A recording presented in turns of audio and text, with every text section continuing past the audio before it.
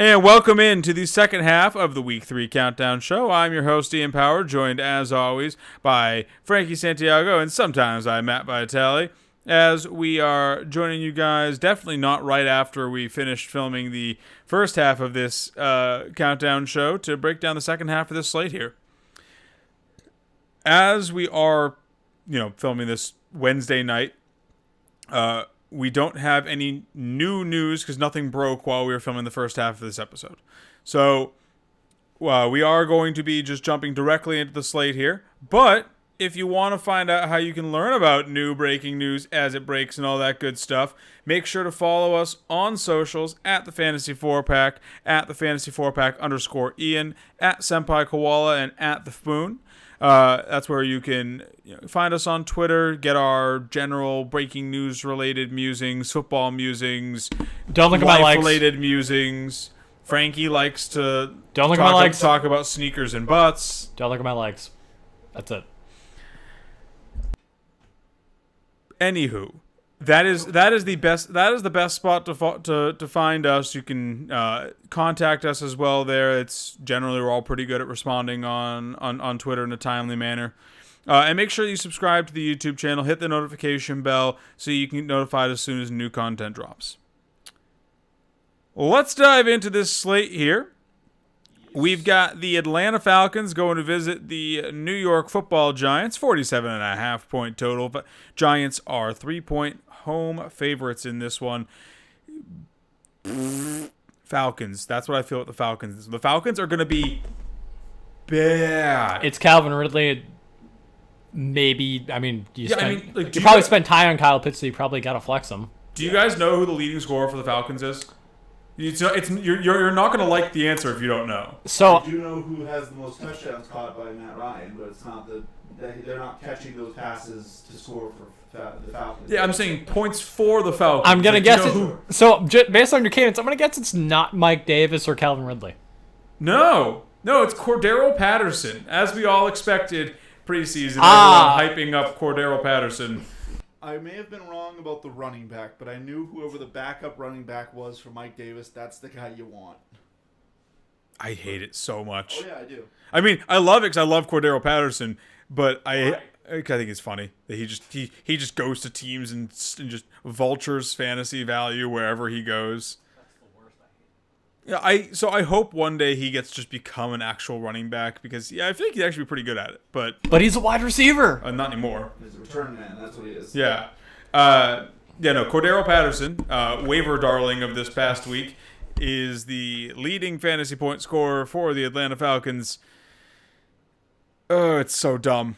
Calvin Ridley hasn't broke 100 yards yet. Kyle Pitts is just getting garbage volume. He's only the tight end 9 on this team, despite the volume that he's been getting. He's not the tight end 9 on this team. He's the tight end 9 while on this team. That would have been rough.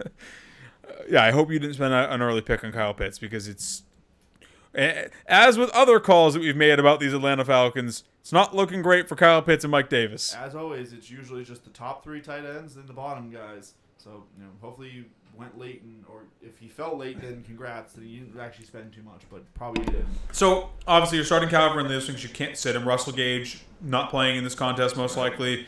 Calvin Ridley is just going to get the volume that you need from a wide receiver 1. He's going to get over 100 yards eventually. Do you start Kyle Pitts in this matchup? If the volume he's getting is trash, but he's getting volume. So if I need a flex play, I don't have a problem starting him against the Giants. Their pass defense has good so far, but I think the type of player that Kyle Pitts is, even with the trash volume, he might just find the end zone this week. Jared Cook or Kyle Pitts? Jared Cook. Max Williams or Kyle Pitts? Max Williams.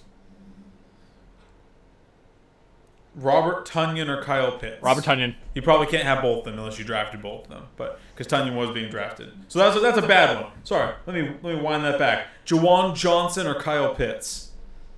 Pitts, easy.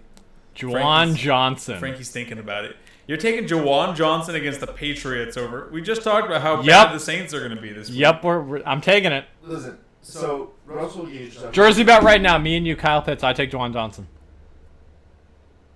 I mean, so overall fantasy points, half point. Just half point fantasy points. Yep. Give it to me. Okay. First jersey bet of the season. I will take that free money right there. First jersey bet of the season. I think Juwan Johnson versus Kyle Pitts. You better start searching for that Cookie Monster jersey that I haven't won. I'll go Bulls with this one. I'll start putting the order in now. Like the quality of his targets out there, but they don't have Russell Gage. Mike Davis is Mike Davis, like we thought. Kyle Pitts is just going to get work. I mean, they clearly, the smart people who make these lines clearly see something. Hey, who's going to get work? What? I said, who's going to get work? So he's clearly going to get work. I could have swore I heard you say Cup's going to get work. No, I said he's clearly going to get work. That's why I was confused. Like who? I said I used a pronoun, not his name. No, I could have sworn I heard you say Cup. I was like, as far as I know, he's not on the Falcons, but that would help them a lot if he was. I understand that you stole my cup and now you're flaunting it, but like I said, I do love Cooper Cup. Like I said, the sharp people who make the lines clearly see that the Falcons have a way to score in this one. Otherwise, they would be more than 3-point dogs. So honestly, I feel kind of like with where this line is set that the Falcons are kind of getting the benefit of the doubt in this one because of what they have been and because the sample size of this season is so small to this point that Vegas basically is saying it's the Giants, the Falcons are probably going to bounce back. What if they just don't? I mean, new head coach, new offensive system. Matt Ryan's another year older. That offensive line was bad last year. The running back arguably got worse from Todd Gurley to Mike Davis. They lost Julio Jones. Like, what if this team is just bad this season? Their offensive line looked bad last year. It doesn't look better this year. That's what I'm saying. It looks worse this year. The Falcons shed pieces this offseason. What if they're just worse? Oh, yeah, like I said, what if the only person you want on this team is Calvin Ridley? I mean, honestly, as a betting man, I'm putting my money on the Giants -3 here. But like I said, there's people who get paid to make this as close to a coin flip as possible have them only down 3 with a 47.5 point total. Sure. It means the Falcons have to score something. So like I said, with the primary two options, one being Pitts, you're not going to get many better streamers out there like because you paid for Pitts. Fair. So it's like I said, you're not in a great situation if Pitts is on your team because you probably wasted a 5th round pick. But there's worse tight end options out there than Pitts this week. Giants side of the ball, this feels like a get-right game for a lot of their struggling options. Kenny Golladay, I wouldn't be shocked if he posts a more traditional Kenny Golladay stat line this week. Saquon, it sounds like he's still going to be limited in practice and probably limited touches. But, you know, Saquon, if he has an efficient day, I could see Saquon having a bounce-back day. What about their tertiary guys? Obviously, Frankie, I know you're big on the Giants' defense this week. Start them everywhere because the Falcons suck on offense. And by that, I mean their offensive line's terrible. This could be there could be some sack lunch to be had in this game. Sterling Shepard, I really like this week. He has looked like honestly the best receiver on this team. I'm not as high on Kenny Golladay as you. I think that we're kind of just seeing I got paid, so now I'm just gonna kind of do whatever. He's not sure. He's not playing for anything. He's got his money. Sure. Yeah, for me, I'm 3 guys deep. That's about it. It's Saquon, Kenny G, Sterling Shepard, and I'm 4 guys deep. I'll trust Kenny Golladay in the flex. I'm Mr. Danny Dimes deep. Yeah, Danny Dimes is my favorite QB streamer of the week. He's been running the ball a lot this season. He's looked pretty good passing the ball. The Falcons aren't a good defense. I could see and project Danny Dimes to have a very good week against this Falcons defense. So obviously he's going to fumble it 3 times and throw a pick. But but you know what? If that happens, it happens. I'm willing to die on that hill. I picked up Danny Dimes in a lot of my leagues where I didn't draft a locked-in QB starter this season to stream him this week because I do think he has 25, 30-point upside against this Falcons defense. Yeah, for me, it's mostly just he does have running upside this season. At least he's shown it the first 2 games. But he also has the best hands at fumbling the ball. Like he's prolific at fumbling the ball. Sure. So running more means more chances for him to drop that rock. So I could just see him having a 1 pick 2 fumble game, and really just either bring himself back down to mediocrity if he does have a game, or just having a bad game. So for me, I think there's just other quarterbacks that I like out there for streamers. Okay. Cincinnati Bengals are going to visit the Pittsburgh Steelers on the next game on the slate here. And honestly, with how banged up and bad the Steelers have been so far this season, I'm kind of surprised the Bengals aren't favored. Yeah, this is honestly one of the ones where I was like, ooh, I might have to bet that, the Bengals +3 here. Yeah, because like the Steel. So we talked about this in the Countdown Part 1's news segment. The Steelers could be without Deontay Johnson and Big Ben this week. If they have them, they're both going to be hurt. Like limited in what they can do on the field. And it's like it's not kind of like unrelated injuries. It's Deontay has a knee and Big Ben has a pec. So it's injuries that directly affect their performance. I don't love this. I mean, I think the total's fine. The total honestly kind of makes sense. But I don't love the Steelers are favorites in this one. Bengals side of the ball, you're starting Joe Mixon.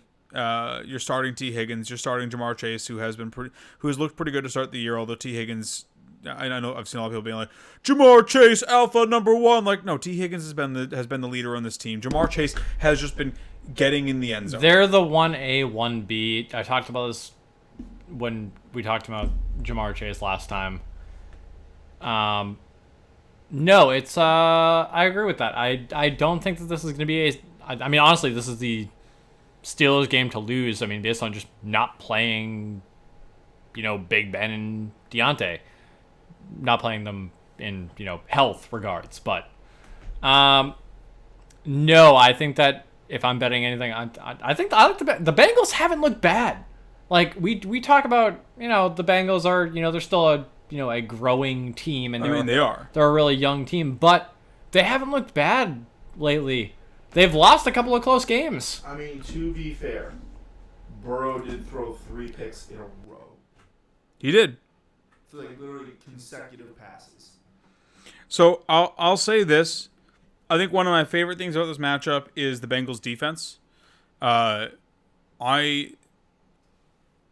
don't love this Steelers offense when they are fully healthy. They've looked mediocre to below average, fully healthy, and now they're hurt. And now their most important pieces are hurt outside of Najee, who hasn't looked like an important piece so far this year. So their 2 top most important pieces, their quarterback and their best receiver, both laid up, might not play. Bengals defense on DraftKings is $2,100.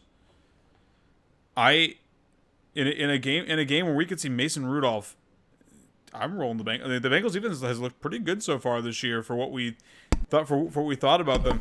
I'm rolling them out there in DraftKings and taking those price savings. Oh yeah, I mean like I was just saying, their margin of victory in 2 games is 6. Yeah, I mean that Bengals defense has. To speak to what you said, he threw 3 picks in a row. They only lost the game by 3. Oh yeah, as I talked about in our 3-and-out segment, the Bears wanted to lose that game. The Bears offense, the Bears defense at least showed up to try and win that thing. But no, I think this is going to be a lot like the Bears game. Actually, very close because poor quarterback play. I can see the offense stalling out, but still have a solid defense. It's going to be up to Joe Burrow to clean up his turnovers, and I think this is one they can walk away with if they just kind of play a little cleaner. And even if Big Ben rolls out there, I mean, like I said, he's got an injured pec, so every time he swings back with his arm to throw it, he's going to feel a twinge of pain, and that shot of pain in the throwing motion could really throw everything off. Sure. Steelers side of the ball, obviously, if Deontay is active for the game, he's likely going to be a game time decision, so you're going to have to monitor that. But if Deontay's active, you're starting Deontay. You have to start Najee. Yes. Anyone else? Nope.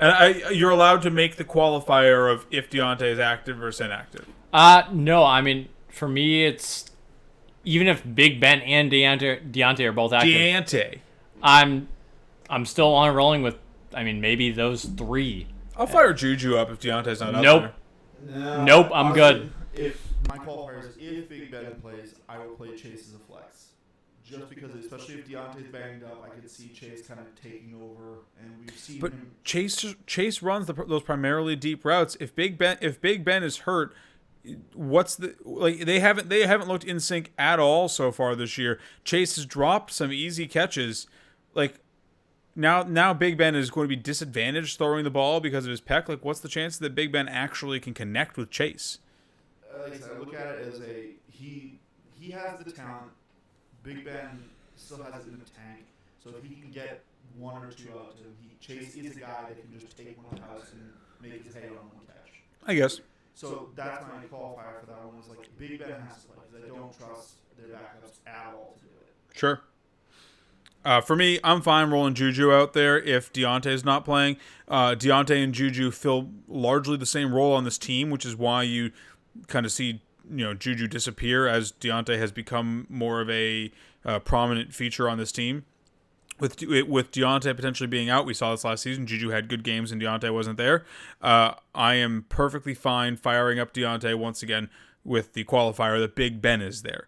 Because if he's there, I at least trust him to really get the ball to the short to intermediate targets, which is Juju's bread and butter. So, but yeah, this is an ugly game. I'm trying to get off of options in this game outside of, like I said, the Bengals defense and the Bengals stars. Miami Dolphins are going to visit the Las Vegas Raiders this week in a 45-point total. Raiders are 4-point favorites at home. This is I'm taking the under in this game. This is another one where 100%. No Tua Tagovailoa means that the Dolphins have no shot of scoring points in this game.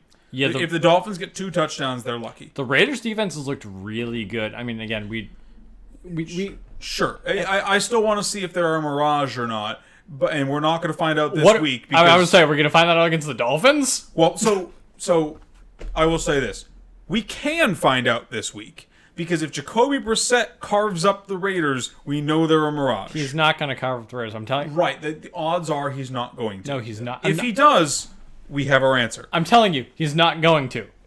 There's no odds are he's not going to. Frankie, we don't play black and white on this show. This is areas of gray. I'm playing black and white. Juwan Johnson is gonna outscore Kyle Pitts this week in half-point PPR. Sure. Frankie's taking some hard stances. I like it. If only he took these hard stances about Najee Harris in the offseason. Hey, Najee Harris is gonna either be bad or he's gonna be good. One of the two, or maybe okay. He's still correct with his prediction. No, we recommended the Raiders defense yesterday I guess 2 days ago when this show is going to air on our waiver show as a great streaming defense this week because they're 1% rostered. Yeah. 1% rostered, and this is before the fractured ribs news. I am backing them even more now because before it was like, can Tua play through the pain? How is he going to manage these injured ribs? Can the Raiders get to Tua and shake him up a bit? Now there is no Tua. It's Jacoby Brissett. I think the Raiders are a great streaming play this week at defense against a severely hamstrung Dolphins team. Raiders side of the ball, I hate starting Raiders options. I mean, Josh Jacobs isn't playing in this game. Yeah, it's for me. You're not starting Raiders running backs. Honestly, I think that's the answer. There is you don't start Peyton Barber or Kenyon Drake. Honestly, I think you fade this game completely because while I like... So what do you mean when you say fade this game completely? So while I like... Because we obviously like options in this game. I mean, I don't like Ruggs. I don't like Edwards in this game. Because the Dolphins' defense has looked... I mean... They just gave up 35 points. And that's with a struggling offense. And... I don't know, man. It's the Bills just annihilated this team. Yeah, it's Josh Allen, not Derek Carr. Derek Carr is a good quarterback. And Stephon Diggs is a great receiver. Who's the Stephon Diggs on this team? Darren Waller. You know what? I like Darren Waller here. That's pretty much it for me. Yeah, for me, just in totality, it's I'm flexing not Kenyon Drake. I'm playing Waller. I will entertain flexing Ruggs just because I think that the ball's going to get turned over so much that the Raiders just going to have so many chances to score points. Like there's going to even this defense is going to get tired. We did just see Ruggs have a pretty good game too. Right. He kind of showed out this defense is going to get tired because they're going to be on the field all day. So, Dolphins side of the ball, it's Fuller in the flex, and we kind of talked about this earlier. It's just Fuller. Yeah. Gaskin if you have to, but Gaskin if you have to. Because we talked about this when we were talking about Tua. It's like the Dolphins are so unattractive with Jacoby Brissett under center. Like it's an ugly Tua, get healthy soon or trade for Deshaun Watson, please. One of the two, because like there are just so many weapons on this team that are going to have absolutely no value with Jacoby Brissett under center. Let's jump to the next matchup here. Oh my God, it's another crap fest. The New York Jets are hand delivering some turnovers to Mile High. They're going out to visit the Denver Broncos, who are 10-point favorites. That is the highest favorite total on the slate in a 42-point game. That's rough. Start your Broncos, baby. Start that aren't Jerry Jeudy because he's injured. And Frankie, I'm sorry because I did pirate this from you a little bit. I drafted the Broncos in like almost every league this year. Yeah, I know that. And this matchup is just a continuation of the reason why, because the Broncos had opened the season with like 3 or 4 cake matchups. The Jets are going to... We just saw Zach Wilson have 5 picks. And it ain't stopping with the Broncos, who have looked like a pretty tough defense so far this season. They've been good at getting after the quarterback. They've been good at getting opportunistic turnovers. I think this is going to be just an absolute drumming. Yeah, this is one where you can talk me into starting a lot on the Broncos side of the ball and very few on the Jets side. So my second favorite quarterback streamer is on the Broncos side of the ball. I think Teddy Bridgewater, who's been quietly having a really good season at quarterback for fantasy purposes, he's going to go out there and turn in another good showing this week in a game where the Broncos have an implied 32 points. Do you start Corey Davis? Yes, because if I think anyone on the Jets is going to have a not Mr. Braxton Berrios. No, if I think anyone on the Jets is going to have a fantasy role, I think it's going to be Corey Davis. Yeah, I mean this feels like a Corey Davis game because he just disappeared. So you're going to put him on your bench and then he's going to pop while he's on your bench. But I also feel like the Broncos are a lot scarier up front. Their front seven is going to be what's doing damage, and I think Corey Davis should be able to take care of, some dump-off passes and whatnot to just get peppered with targets. I can see him with 10 targets and, 5 catches.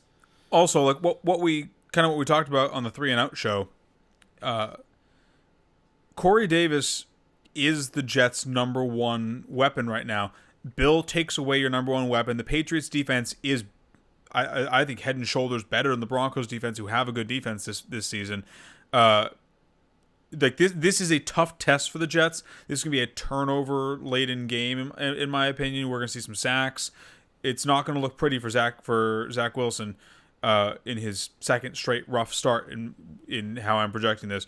But I do think there's going to be more offense for the Jets in this game than what we saw against the Patriots, because the Patriots just strangled the life out of them. I don't know the Broncos have the personnel to do that. I think the Broncos are going to they're going to kick them in the teeth a couple times, but it's not going to be last week. Yeah, Chubb and Von Miller are going to have games against this O-line.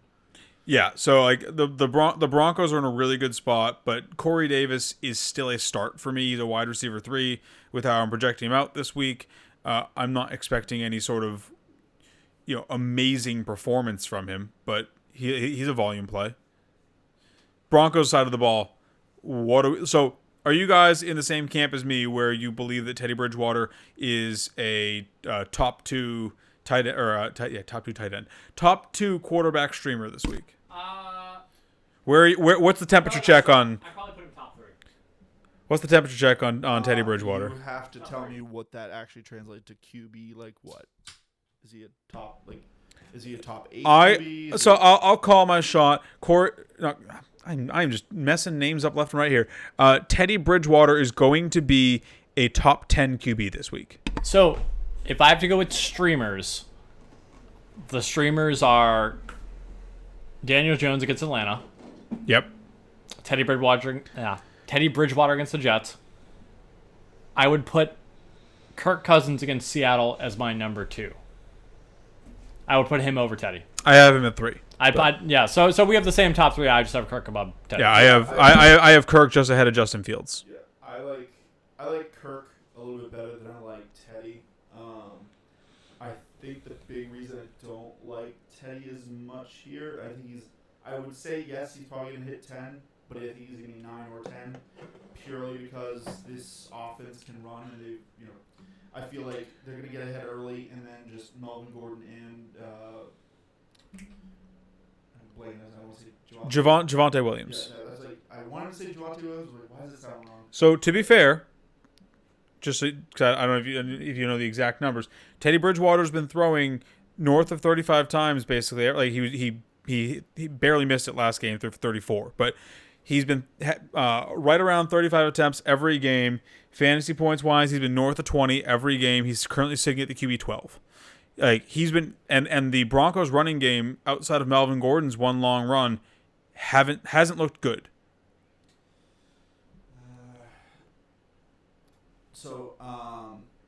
Just to read me back again, who they played the first 2 weeks. Giants and Jacksonville. And now they get the Jets. Right. Giants and Jacksonville. Giants actually, they're a solid defense. And the Jacksonville Jaguars, one of their only bright spots is their run stopping. Their secondary is garbage. So I at least picture that the Jets are yet another step down defensively. I think they are exploitable by the run. I think, like I said, if we're projecting for Javonte Williams to take over this backfield, I think this is a game where we start seeing the snaps kind of shift his way. So, like I said, this is just my prediction, is that they're going to go up early. They're not going to try and do anything fancy. They're just going to smother and run it out. Courtland Sutton looked great last week. You guys rolling him out here again this week? 100%. Noah Fant? Yep. Tim Patrick. Let me pull up Tim Patrick's numbers so I can read them off. So, because I assume you guys probably haven't looked at the exact snap counts and whatnot. I have, because I had KJ Hamler in a couple leagues. Tim Patrick did play, although he only got 4 targets last week. He did play 74% of the snaps. If you're asking KJ Hamler next, nope. No, I was out on KJ Hamler when he was being bandied about as a waiver ad. That was my roll of the dice between him and Tim Patrick. Yeah, no, didn't pan out. Nope. I was already out on KJ Hamler. He was a desperation waiver ad in my opinion. It's too early for those kind of players. Tim Patrick, on the other hand, didn't get the additional volume we were hoping for, but his snap count remained pretty good. It went up 4%.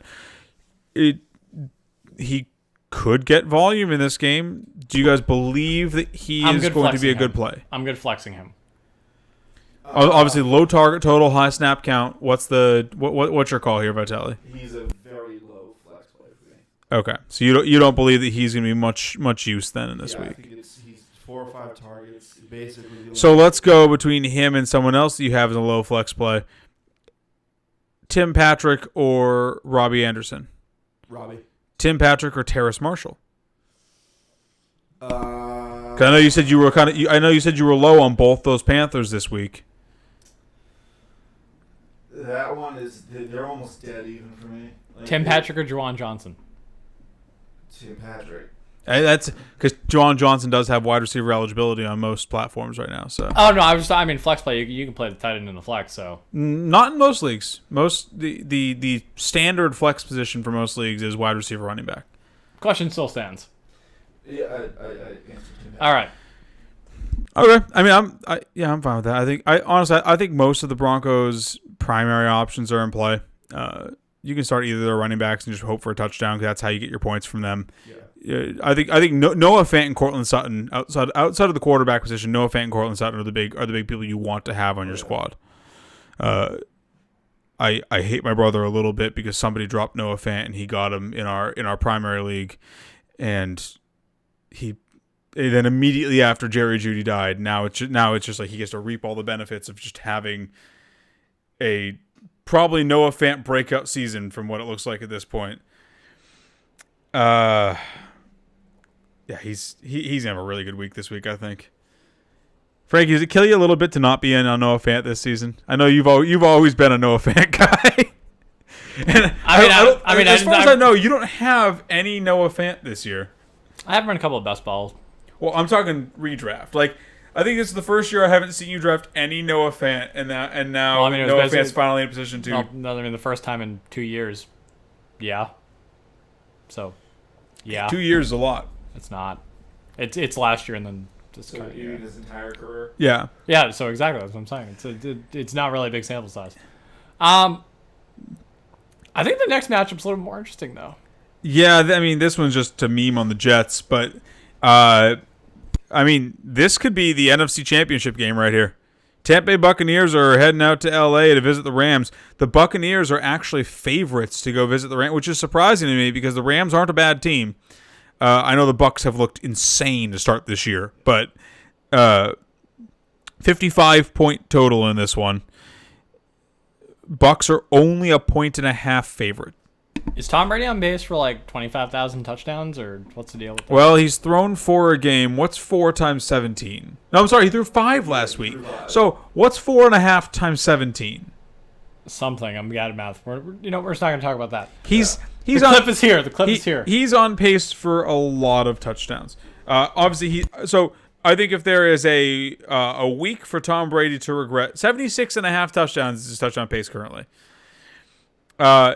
He's not throwing for 5 touchdowns this week. He's not throwing for 4 touchdowns this week.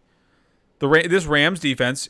So we talked about this in yesterday's news.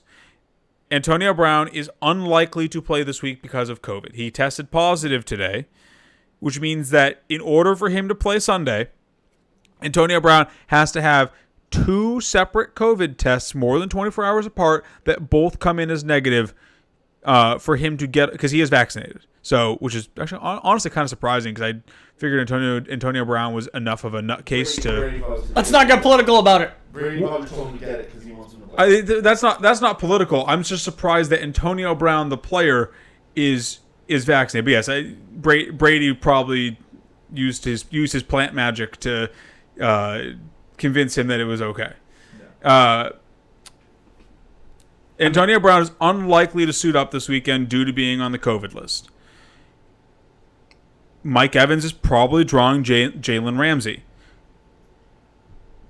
I don't see. So I think the total is legit because the Rams have been scoring a ton. Like the mind meld that Stafford and Cooper Kupp have is legitimate. Cooper Kupp is making a case for the yardage leader this season as at the wide receiver position. And on the flip side of the ball, Brady is obviously, it seems like Brady is trying to go for the touchdown record. So, like, I think this is going to be a shootout. I don't start Tampa Bay running backs. Are you guys? I'm avoiding running backs. Started the 2 main guys on. So, Darrell Henderson, you had to pay a 4th-round pick for. He does have a ribs issue. Are you starting Darrell Henderson against this nasty Buccaneers defense? No. Like I saw, as someone who owns Zeke after week 1, I was trying to look for reasons. Somebody posted reason to not panic about Zeke, and they posted just the last few running backs to go against them, and it's ugly. 40 yards is like the max. And Darrell Henderson's already banged up, and he is not as prolific as some of the running backs that are on that list. I will say, because I've seen him not rostered in a lot of leagues, Sony Michel needs to be rostered going into this matchup because it's not going to surprise me if Darrell Henderson plays if he gets hurt. Those are some big boys on that Tampa Bay line. Henderson's dealing with a rib issue. One of them falls on him the wrong way. That playable rib issue becomes a non-playable rib issue very quickly. Yeah, but I did want to just jump back to when we were talking about the Tampa Bay running backs. Honestly, if this is contingent on Antonio Brown being just completely out, yeah, Leonard Fournette is a potential flex for me, just because he is the one they throw to out of the backfield. they're going to need some. That feels so weird to say that Leonard Fournette is their receiving back. I know. For years we wanted him to start catching the ball, and all of a sudden he just started doing it. But it's not Rojo. For some reason, it's not Gio. They throw it to. I think it might just not be Gio because he's still learning Gio was a late addition to the team, so I do think Gio's going to have a role in a couple weeks. Yeah, I could see him start becoming a factor and start James Whiting it.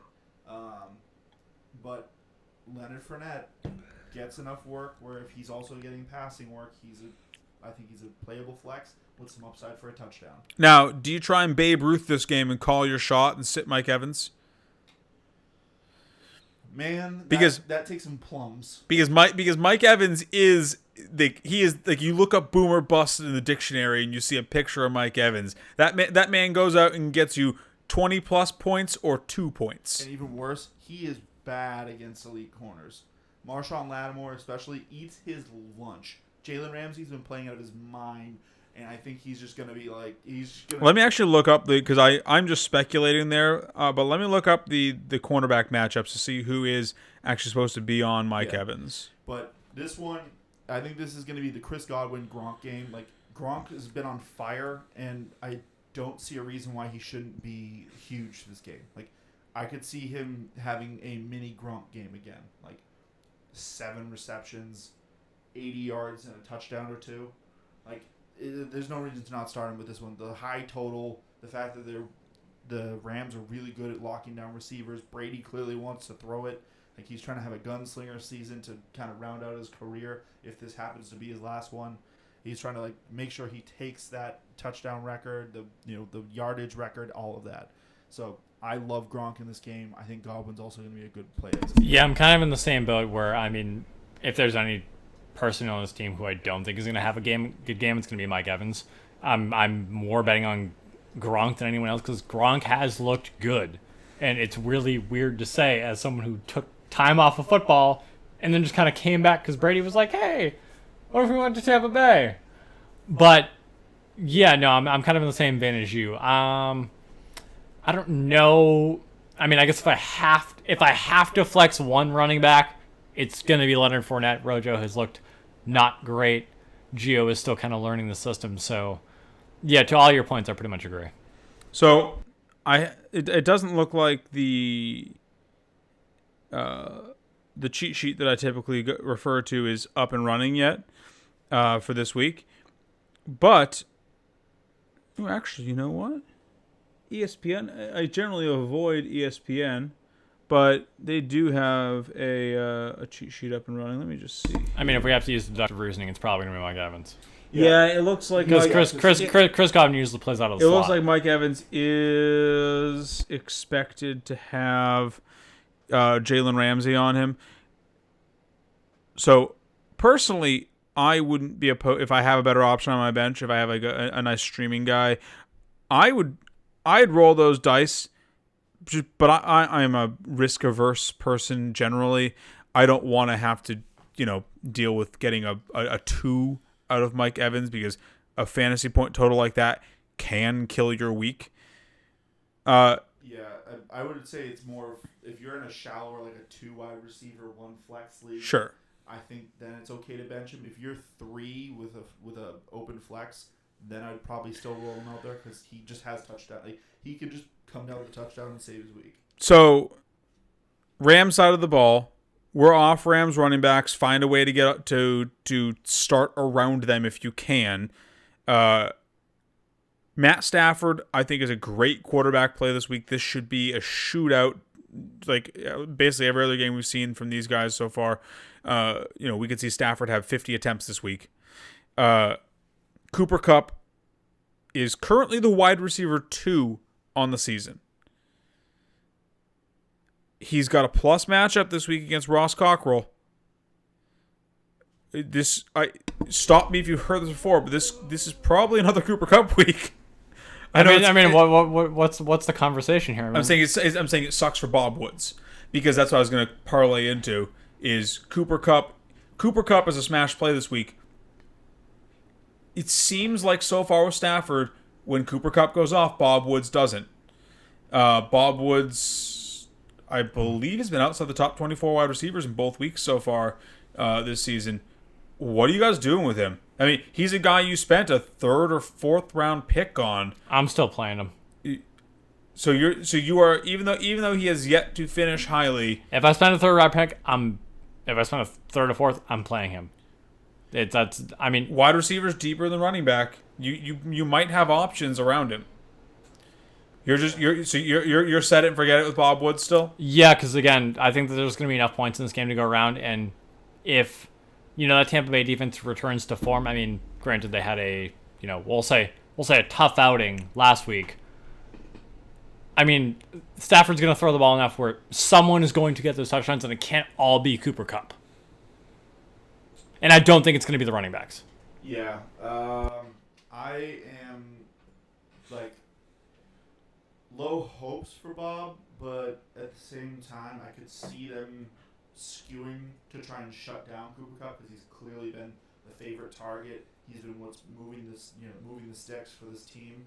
So I could see them trying to focus additional attention.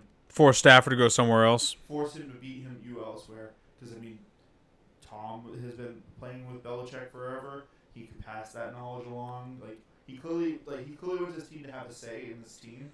So he's like a mini coach in this locker room. And it's clear how the Stafford and this team is beating people. They're going to force them to go elsewhere. You can't just let Cooper Kupp run wild because that's what he's doing. He's running wild. So I think Bob Woods has a potential. It's not going to be – I don't have a huge ceiling for it, but unless he gets in the end zone, which Bob Woods, that's been his Achilles heel, is he's getting the yards usually, but he's usually not getting the touchdowns. Yeah, now he's not even getting the yards. Yeah, that's the big issue. So I think this one should be – with the total, I think it's a bounce-back game just purely because you have to stop Kupp if you're going to beat the team. What do you guys do with Higbee this week? Higbee was great week 1, terrible week 2. Tampa Bay's linebackers are probably their weakest position on the field. As far as coverage linebackers, they... I'll throw him in there. He's a big body. He's the guy who... I like going into the season. I unfortunately didn't get a lot of shares of him. We talked about streaming tight ends earlier. Tell me some guys that you're willing to stream over. Where do you have Higbee on your list here? Who is a must start over him versus a keep him on your bench? I like Max Williams against the Jags. I think you take Max Williams over Higbee. Interesting. Yeah. The other way.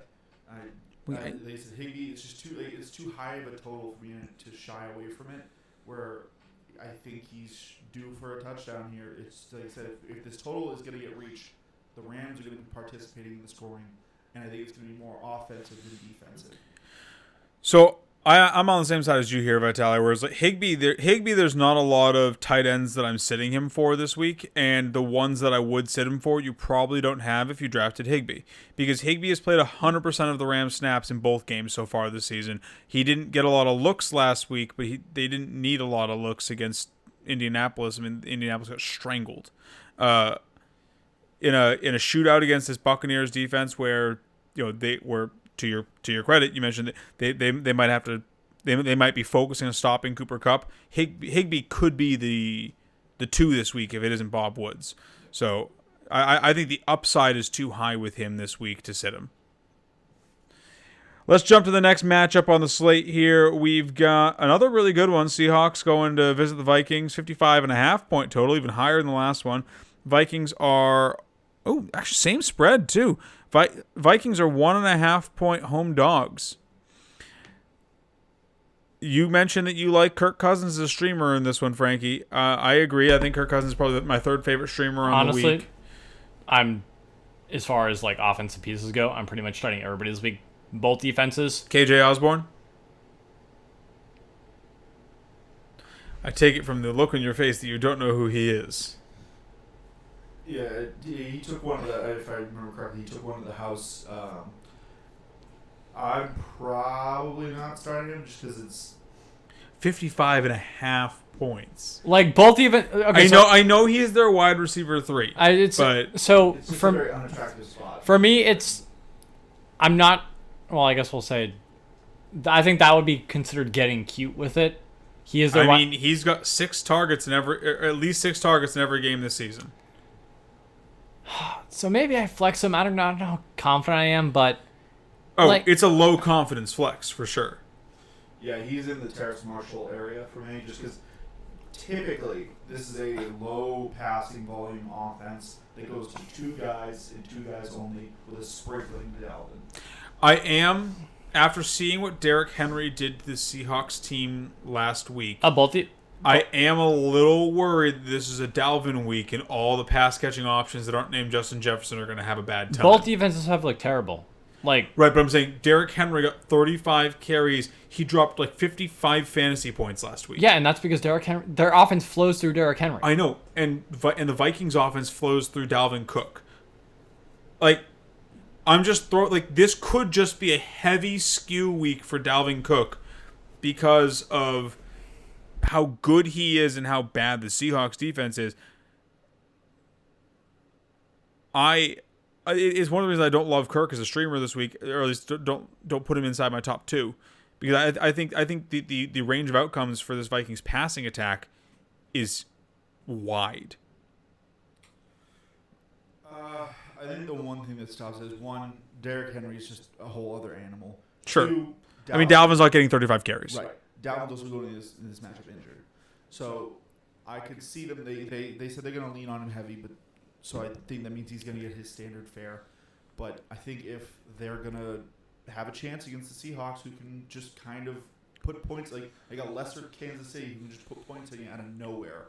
I think they're going to have to utilize their passing weapons. And Thielen's been great this year. Justin Jefferson's been okay. I mean, he definitely needs to have that breakout game to justify his pick. He's been getting covered heavy. Yeah, he's been getting treated as the wide receiver 1, which I think he was benefiting from last year a little bit. Was being the rookie, being the number 2. So I think Thielen's feasting off that right now, and I think that teams they could see the Seahawks swapping it up, and I could see this being a Justin Jefferson game. One last question about this matchup: tight end streamers, Gerald Everett, Mount Everett himself, in a total this high. What are you guys doing with him? I mean, I believe he has 3 targets on the season. He is a tough one just because, as we were talking about with Gerald Everett, why I liked him is that if somebody goes down, there's a lot of targets that go to somewhere, and he probably will be the one to take it. He's a low-end streamer for me. I like the total. I like the potential for him to just... 4 targets on the season, 3 catches. Yeah. So he's catching 75% of his targets. Yeah. I think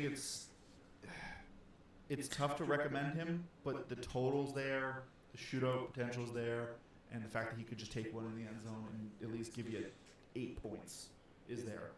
So, low-end streamer for me. If you missed out on some of the juicier plays, and sure, do you take him behind Jared Cook and Juwan Johnson? Juwan Johnson, I'd take him over. I'd take him over. I'll take him in between. What about Max Williams? He's a guy we've talked about a couple times. I like another high total game. Max Williams is my 2.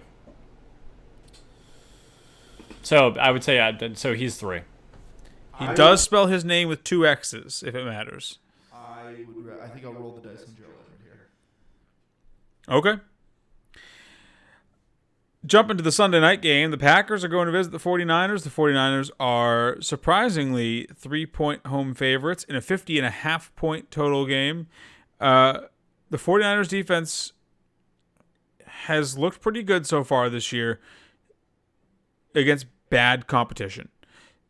I don't expect them. So one of the reasons I project this to be a bounce back game for a lot of the 49ers. I think they're going to. I think Ayuk is finally going to show out this week.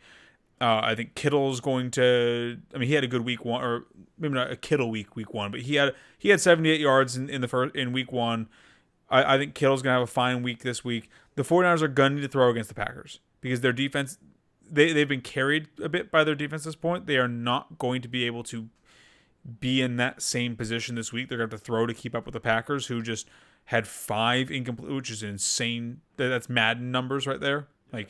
Rodgers had 5 incompletions against the Lions last week. Part of that is due to Aaron Jones having a day. Right, but you don't get 5 incompletions without being a very, very, very competent quarterback with some very competent weapons. Well, yeah, Aaron Rodgers is one of the best quarterbacks of all time. Right.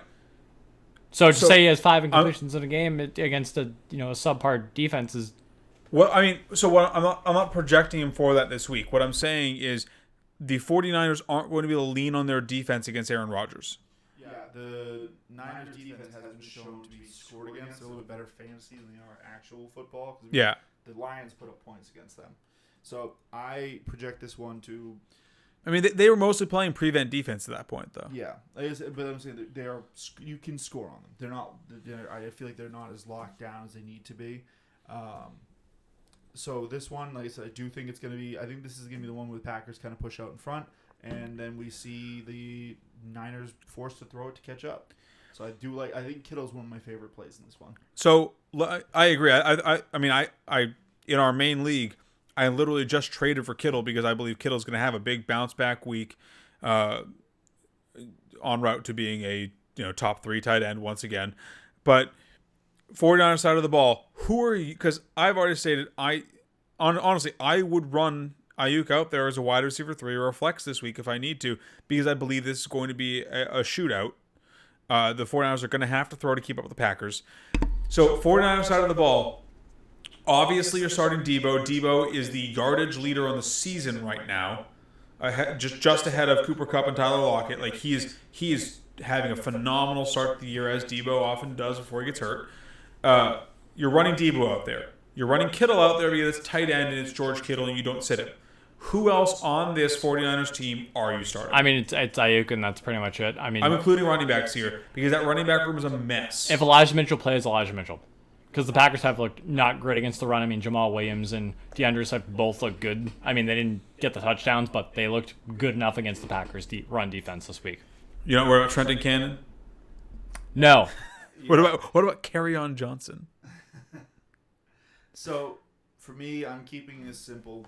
Starting all the main guys that we drafted to be fantasy relevant here. Including Ayuk? Yes. Okay.